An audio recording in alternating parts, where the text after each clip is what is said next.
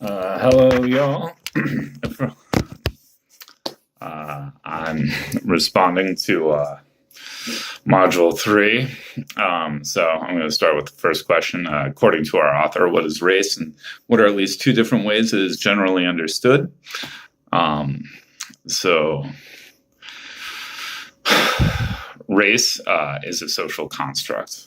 And I feel like the two ways that is generally understood from the text is trying to racial theories, which is trying to understand why there are differences in between races in America, like racial inequality and racial ideologies, which are just seeking to justify the differences between races as far as equality. A good example of a racial ideology is blaming hip hop for higher prison rates among Black men. I've heard that a lot.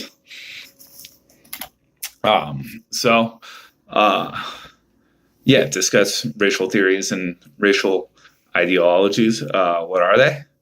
And what are the differences? So racial theories, yet again, just trying to understand why inequality exists and how it exists and the history of doing that, of how it came about. And a racial ideology is just trying to justify the existence of inequality. And the idea, another example of an ideology is the idea that more Black children are raised by single parents, and that justifies why they aren't as economically upwardly mobile. Which, by the way, I'm a single parent. I'm a white male. People tell me I'm great. I wonder how different that would be if I was a single parent and a Black woman. It would probably be a lot different.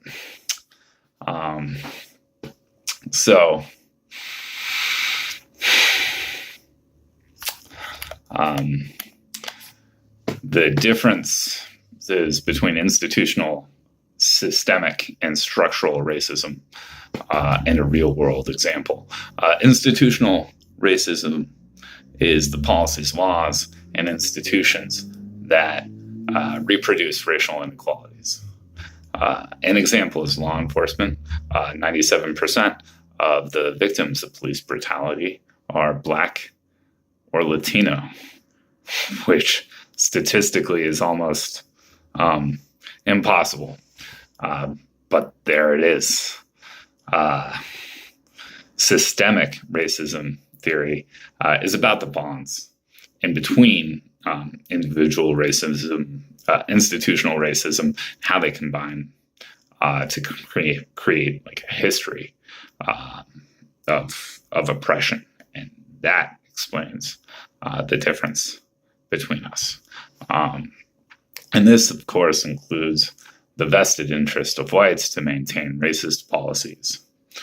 And then structural racism points at the compounding effect of institutional interactions throughout the history. That's housing laws and the GI Bill, and public schools are funded by tax dollars based on property values. So if you could get approved for a loan, you're going to send your kid to a better school, and that's just going to compound through history. It's very hard to get out. Another example of institutional racism is that I went to a private school.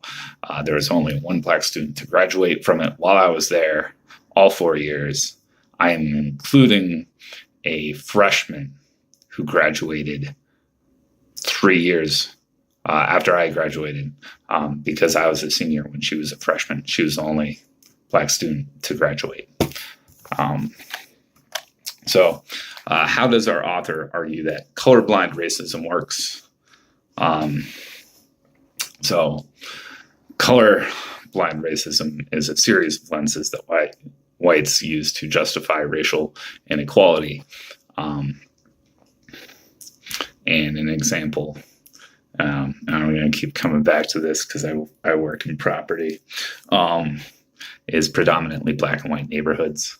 They would say that blacks choose to live in black neighborhoods because you like to be around people who are like you, as opposed to admitting that white flight paid for by the GI Bill created white neighborhoods and black neighborhoods.